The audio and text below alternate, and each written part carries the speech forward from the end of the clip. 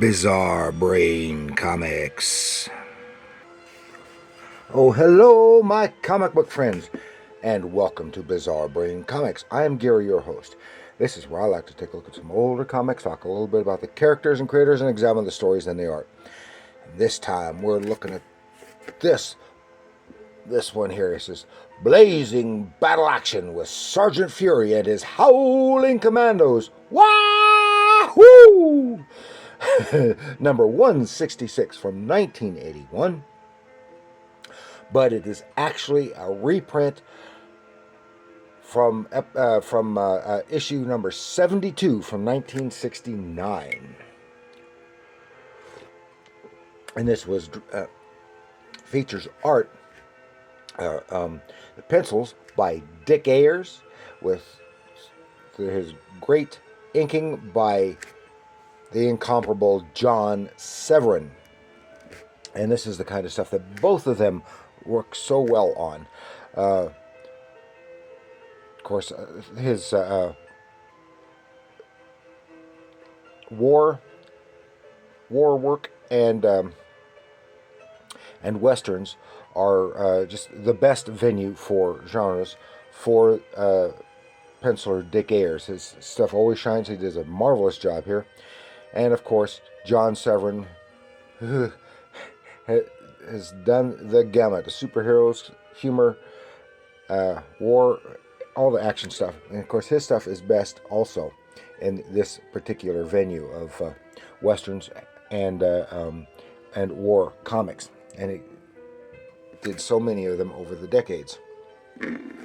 So they work together. Now notice I haven't mentioned the writer.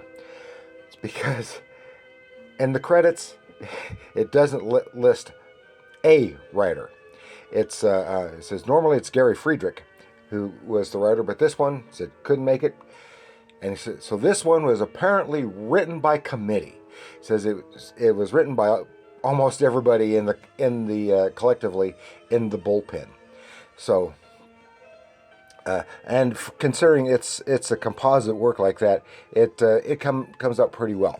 But that's maybe because they had good material to draw on. Because while this is a Sergeant Fury book and it says Blazing Battle Action, it barely has Fury in it, and there's no battle action to speak of.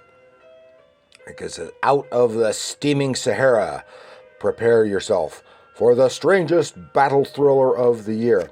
It's not a story about Sergeant Fury and his Howling Commandos. It's a story about Captain Happy Sam Sawyer, their boss.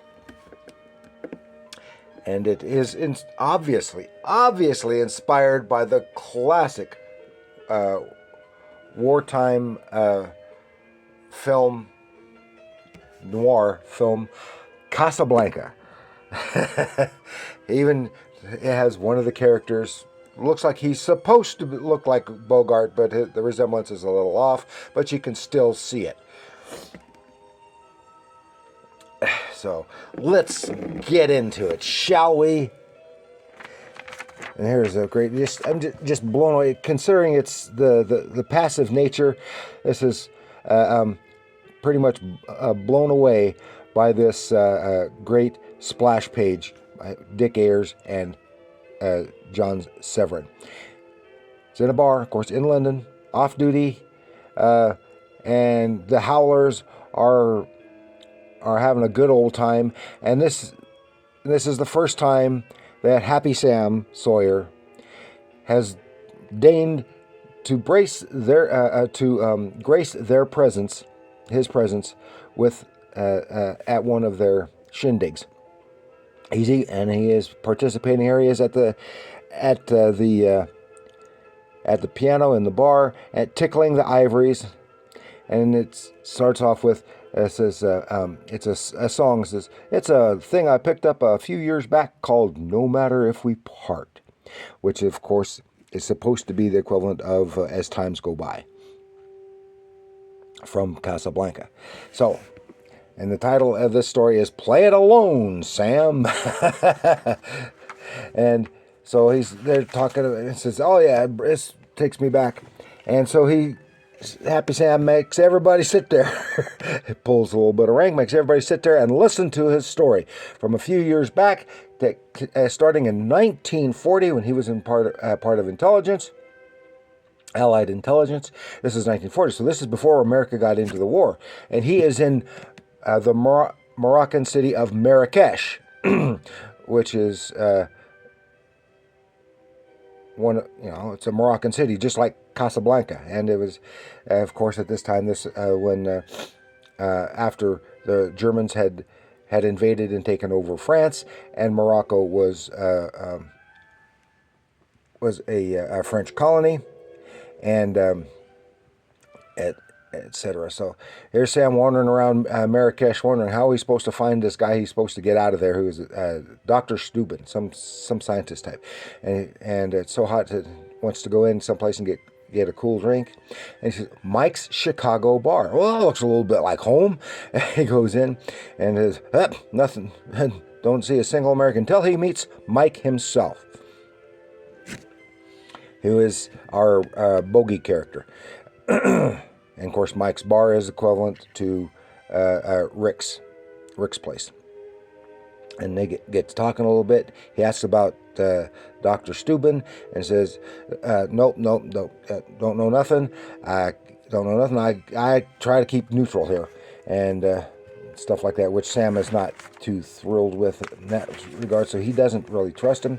But that night, he have a touch of the noir here in his hotel room, still trying to figure out how he's going to make contact with this guy Steuben, if he can't get any help, because he's supposed to find a contact or something. Then he hears somebody coming in, and blam, blam, blam, blam, starts blasting away at him in the bed. He rolls off, catches the guy, grabs him, pulls him in, and this is our... I suddenly can't remember the actor's name. Doesn't matter, because he doesn't look anything like him. This is a guy known as Charlie Ming, and I said he was he was an employer, and he's coerced into trying to kill Sam. It's nothing personal. He didn't want to. He gets a little, and his boss is also interested in Dr. Steuben, apparently. And so later in the morning, he's awakened. Bam, bam, bam! Someone at the door, and it is Captain Leroux of the Vichy police. Remember, Vichy was the collaborative government, French government, who collaborated with the German occupiers. Okay. And they say they want to talk to him about the death of Charlie Ming. And he said, you were the last person we know to have seen him. And yeah, they're going to place him under arrest for the murder of Charlie Ming. So he tricks them, while they're trying to bust in the door. They fall in. He starts pounding on the officers there. Tries to escape, but there's Leroux himself. He kicks the gun out of his hand and takes off, only to be captured by, well, actually, that was another officer. This is when he actually meets Leroux, and then it said, we're going to talk about it. Go to Mike's Chicago Bar. And they talk about it and said, are you familiar with these guys? He said, oh, these two pictures. He said, well, listen, is De Groot. He's a Danish resistance leader. And he doesn't know who the girl is. Well, we find out that the girl is De Groot's daughter. That he doesn't know anything about De Groot. And so he goes on and says, sorry, we're not going to arrest you. We've already arrested somebody else for that crime. And so he goes back. He's talking with Mike, and this is when he first hears that song that he was playing on the piano, and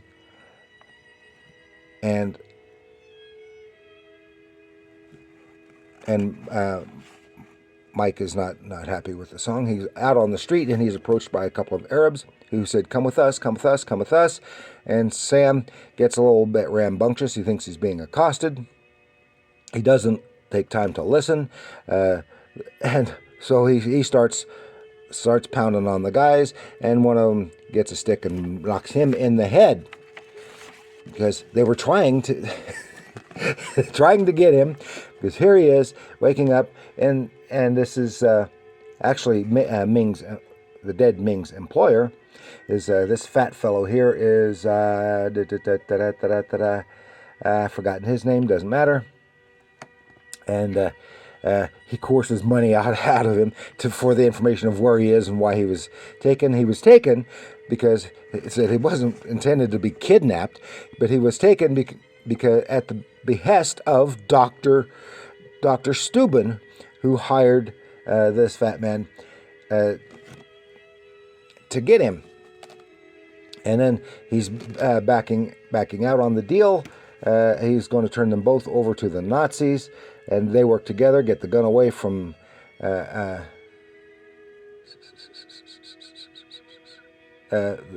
fat man, and take him prisoner. It's some great work, great storytelling. All this part, this is all Dick Ayers, the layout and stuff, and it's just so augmented by the great Severin inking. And the great detail on all the guns in the stories. See, look at perfect, and they force him, to help them, and now Dr. Steuben will not leave with Sawyer until he ensures that his friend who helped get him out of Denmark,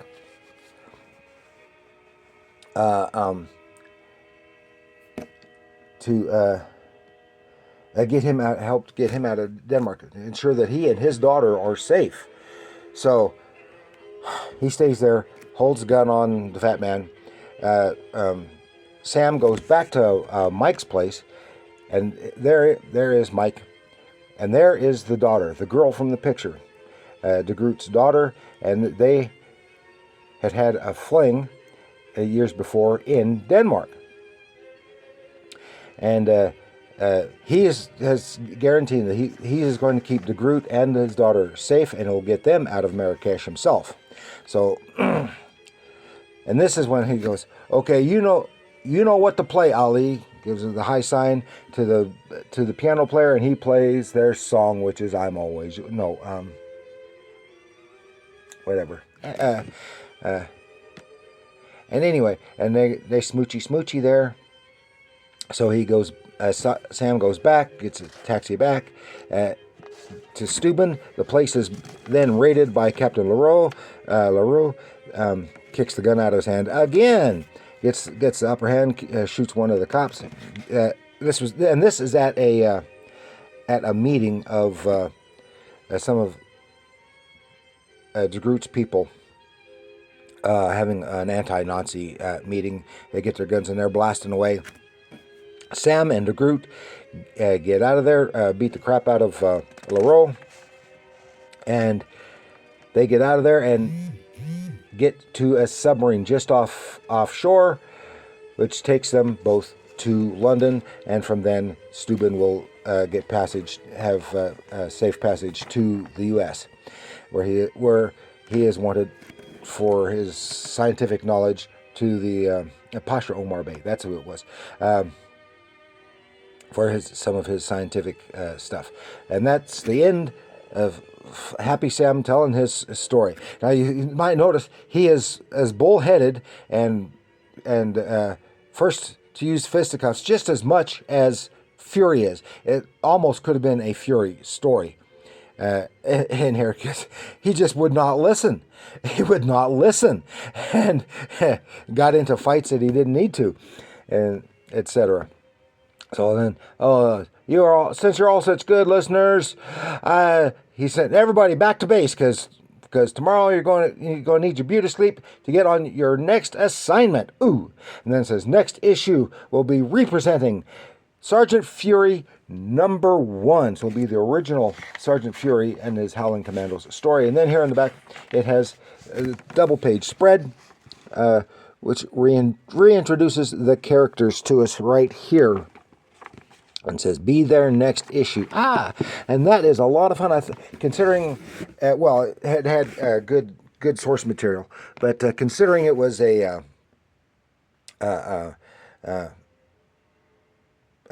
committee which wrote it, it was a pretty fine story as far as I'm concerned. I really enjoyed it, and it gives you a little insight into Happy Sam himself, if you are familiar enough with Sergeant Fury to know Happy Sam. So that's all I had to share with you for some blazing battle action. Thank you for joining me. Please like, share, and subscribe. And do leave your comments down below. What did you think of this issue of Sergeant Fury and his Howling Commandos, going back to 1969 here? And do remember, comics are art.